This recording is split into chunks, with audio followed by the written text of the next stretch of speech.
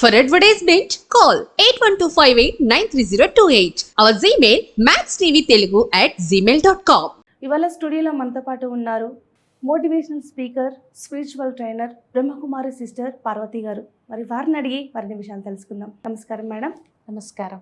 అలాగే మేడం, మనం కొంతమంది జీవితాల్లో మనం చూస్తూ ఉంటాము, లైఫ్లో ఎంతో చాలా బాగా ఎదుగుతారు.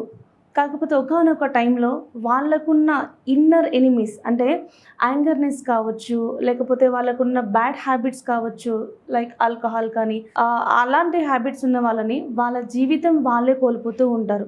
అంటే కొంతమంది అంటుంటారు, నీ జీవితాన్ని పక్కనోళ్ళు ఇది చేయాల్సిన అవసరం లేదు, నీకున్న అలవాట్లే చాలు నీ జీవితం నాశనం చేసుకోవడానికి. ఎంత చెప్పినా కూడా వాళ్ళు మారరు.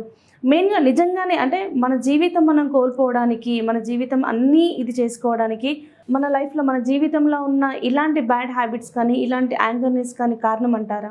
నిజంగా కొన్నిసార్లు జీవితం చాలా విలువైనది, ఇది భగవంతుడు ఇచ్చినటువంటి అద్భుతమైనటువంటి ఒక వరం అని తెలిసినప్పటికీ మన మనస్సులో పుట్టుకొస్తున్నటువంటి బలహీనతలు కానీ, మన మనస్సులో పుట్టుకొస్తున్నటువంటి నెగటివిటీ కానీ ఇవే మన జీవితాన్ని నాశనం చేస్తాయి. ఓకే. అందుకనే ఎలా చెప్తారు అంటే, శత్రువు బయట లేడు, శత్రువు లోపలే ఉన్నాడు. నీ మనస్సులో ఉన్నటువంటి అంతఃశత్రువులను నువ్వు జయించగలిగితే నీ మనస్సుని జయించినటువంటి వాడు విశ్వాన్ని జయించినటువంటి వాడితో సమానం. ఓకే. విశ్వాన్ని జయించిన వాడు మనస్సుని జయించాలని ఏం లేదు, కానీ మనస్సులో పుట్టుకొస్తున్నటువంటి ఈ నెగిటివ్ ఎమోషన్స్ని, ఈ బ్యాడ్ హ్యాబిట్స్ని, ఈ ద్వేషాన్ని, ఈ అంతఃశత్రువులని జయించి జీత్ అయినటువంటి వాడు జగజ్జీత్ అవుతాడు. మెయిన్గా మనలో ఎటువంటి శత్రువులు ఉంటాయి? వాస్తవానికి ఇక్కడ మనం దీన్ని ఒక చక్కటి శ్లోకంతో చూద్దాము. అది భగవద్గీతలో వస్తుంది. ఎలా చెప్తుందంటే, ఆ గొప్ప మహాగ్రంథము, ఆ దైవ గ్రంథము, అది పరమాత్ముని ముఖారవిందం నుంచి వచ్చినటువంటి విశేషమైన గ్రంథము. త్రివిధం నరకస్యేదద్వారం నాశనం ఆత్మనః, కామ క్రోధ లోభ తస్మాత్ ఏతత్రయం త్యజేత్. చాలా దాన్ని అర్థం చేసుకుంటే మంచిగా అనిపిస్తుంది, లేకపోతే ఇదంతా నాకు అవసరం లేదు అని ముందే మైండ్ ఫిక్స్ అయిపోతుంది. ఓకే. త్రివిధం నరకస్యేదద్వారం నాశనం ఆత్మనః.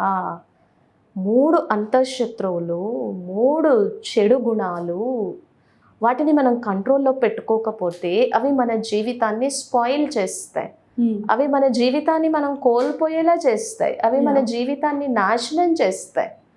అవేంటి? కామ క్రోధ లోభ తస్మాత్ ఏతత్రయం త్యజేత్. అంటే శాస్త్రం ఏం చెప్తుంది అంటే, కామ క్రోధ లోభ మోహ అహంకార అరిషడ్ వర్గాలు 3 చెప్పింది. అవేంటి? కామ క్రోధ లోభము. సో కామ క్రోధ లోభ తస్మాత్ ఏతత్రయం త్యజేత్. ఈ 3ంటిని నువ్వు వదిలిపెట్టగలిగితే నీ భవిష్యత్తు, నీ జీవితము అత్యంత ఉజ్వలంగా ఉంటుంది. ఇక్కడ కామము అంటే ఏంటి? విపరీతమైనటువంటి కోరికలు కలిగి ఉండడము. కొన్ని నీడ్స్ ఉండాలి, కొంత ధనం కంపల్సరీ ఉండాలి, కొన్ని కంఫర్ట్స్ కంపల్సరీ ఉండాలి, కొన్ని కన్వీనియన్సెస్ ఉండాలి. కానీ అవసరం లేనివన్నీ మన జీవితంలో మనకి కావాలి. మనసు చూసిందల్లా, మనసుకి నచ్చిందల్లా కావాలి అని అంటే అది కొనగలమా? అది చేయగలమా? అది సాధ్యమా? సో అలాగా విపరీతమైనటువంటి కోరికలు పెరిగినా, నీ దృష్టి వృత్తి కూడా ఇదైపోయినా అది నీకు కరెక్ట్ కాదు.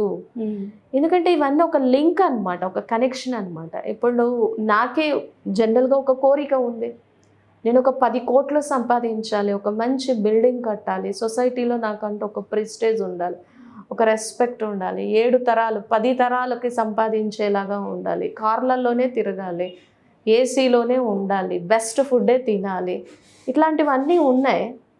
సో అన్నీ జరుగుతాయి అనేది అయితే ఏం లేదు కదా. అయితే ఇక్కడ ఏంటంటే ఇవి కోరికలు. సో చిన్న చిన్న కోరికలు కూడా ఉంటాయి. మా కారు డ్రైవర్ కరెక్ట్గా టైంకి రావాలి, నా షెడ్యూల్ అంతా మంచిగా ఉండాలి, ఈరోజంతా మళ్ళీ ఆఫీస్కి వెళ్ళినా కానీ హ్యాపీగా తక్కువ పని ఉండాలి. ఇట్లాంటి చిన్న చిన్న కోరికలు ఏమైనా సరే, అవి పెద్దవి ఇవి చిన్నవి. ఓకే. సో ఇక్కడ ఇవి నెరవేరకపోతే ఆటోమేటిక్గా ఏమవుతుందంటే కోపం. ఖచ్చితంగా.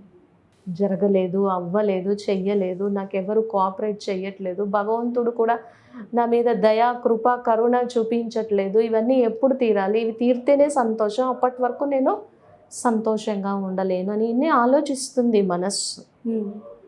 ఓకే. సో ఇప్పుడు ఈ కోరికలు నెరవేరకపోతే ఫస్ట్ నీకు వచ్చేది irritation, frustration, disturbance, pain, suffering, anger, stress, anxiety, వేరే వాళ్ళతో కంపేర్ చేసుకోవడం, పోల్చుకోవడం, ఒత్తిడి, ఒక పెద్ద స్టాకే తయారవుతుంది. సంతృప్తిగా ఉండలేం, ఏదో కోల్పోయినట్టు ఉంటాం. ఎస్. ఓకే. సో కాబట్టి కామము వెంటనే కోపం అనేది ఉంటుంది. ఆ కోరిక నెరవేరింది అనుకోండి, లోభం. ఏమి ఎక్కువ ధనం లేనప్పుడు బాగా విరాళాలు ఇస్తాము, దాన ధర్మాలు చేస్తాము. బాగా డబ్బు వచ్చిన తర్వాత ఒక్కొక్క రూపాయి కోసం కూడా ఆలోచిస్తూ ఉంటాం. అది పోతుందేమో అని భయం. ధనం కోల్పోతామేమో, బంధుమిత్రుల్ని కోల్పోతామేమో, ఈ స్టేటస్ని కంఫర్ట్స్ని కోల్పోతామేమో అనే భయంతో లోభం వచ్చి చేరుతుంది. అదే బాగా అయిందనుకోండి, మోహం, అటాచ్మెంట్, అవి లేకుండా మనం ఉండలేము.